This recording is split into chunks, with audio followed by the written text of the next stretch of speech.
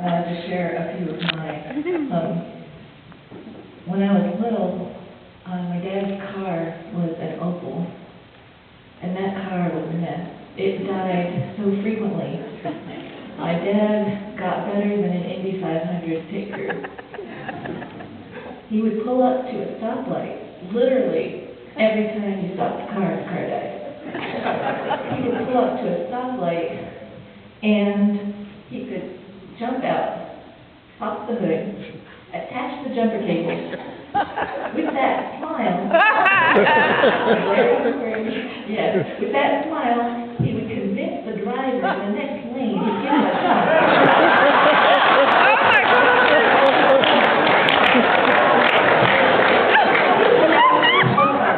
Restarted, and he would have the jumper cable unattached and stowed before the lights turned green. It's like kind of Vision 2020 magic. My dad was no mechanic. He couldn't even work caller ID. But that car was absurd, and my dad was a master of the absurd. And another thought that came to mind was I went to meet Dad when he was in Rome with an Arizona delegation from the Arizona Ecumenical Council, and they had gone to have an audience with the Pope. I got to tag along. And we had a day full of churches and incense and deep emotional religious feelings. And at the end of the day, we went to a small Italian restaurant where my dad paid the accordion player to play the Macarena. I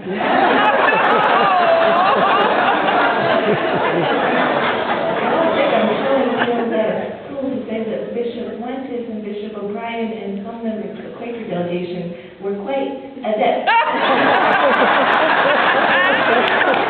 Because my dad was teaching the line dance to the Macarena. A more recent example is Dad was going to the dermatologist for a routine procedure, and at the end, Dad said, "You didn't do it right." And the doctor said, "What's wrong?" And Dad said, "I thought you were going to make me look like George Clooney." Towards the end of my dad's life, he lost the capacity to speak, ALS, the disease that he died from. Heart stopped out. It robbed him of the ability to speak. But he could still move one arm and one hand. He was completely immobilized. He couldn't walk, he couldn't sit up, he couldn't give a hug, he couldn't swallow. But he could move his little hand, and there was a little board that we had with the alphabet, and he would spell out words. And someone came to visit him and said, "How wonderful that you can communicate by spelling out words." And my dad painstakingly spelled out. It took a really long time. It's too bad that I can't spell.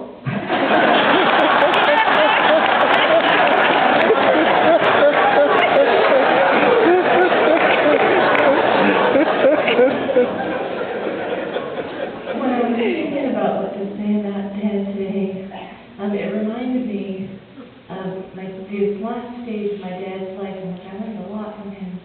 Reminded me of this Paul Simon song from 7 or 8 years ago. Some of you might recall this song. It starts out with a beat, beat, beat. It goes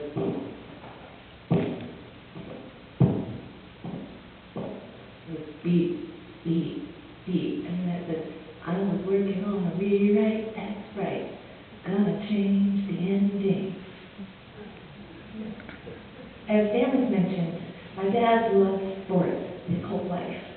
He loves to watch sports, he loves to root for the underdog, he loves to play sports. In his 60s, he was wrestling with his grandsons, the joy of his life. In his 70s, he was enduring the heartbreak of golf. In past 80, he was still heading out each morning for his morning jog until the ALS put a stop to that. He was an athlete. And the other thing that jumps out at me about my dad, and the other attribute, is the way that he used words to connect with people. He loved to paint, he loved to tell stories, he loved to perform marriage ceremonies.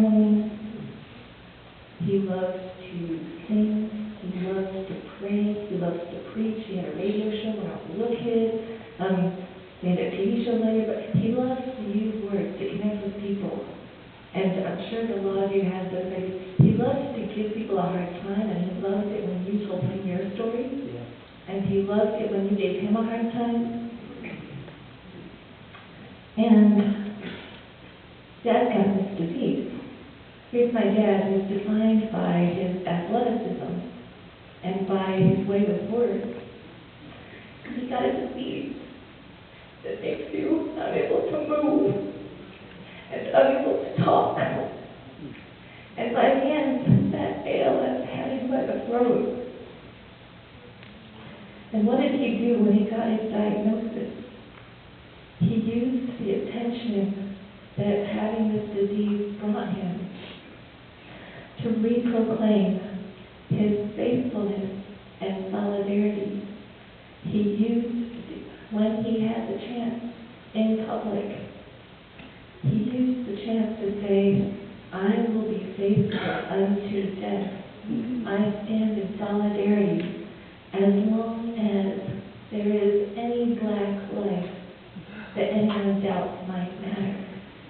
As long as a mosque or a synagogue or a gurdwara or a temple or a church is under threat, as long as anyone in the LGBTQ community feels vulnerable, as long as there is any child going hungry, as long as there's any refugee looking for home or for a homeland, my dad used his public opportunities to speak after he got his diagnosis to remind us.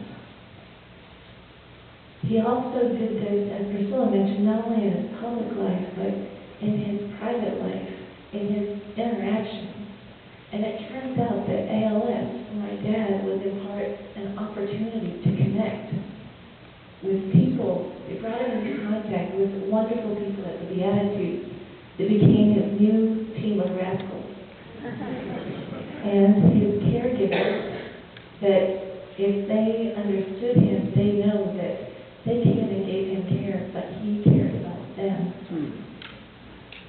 And every night, some of you were in my mom and dad's room with them because they had prayers every night.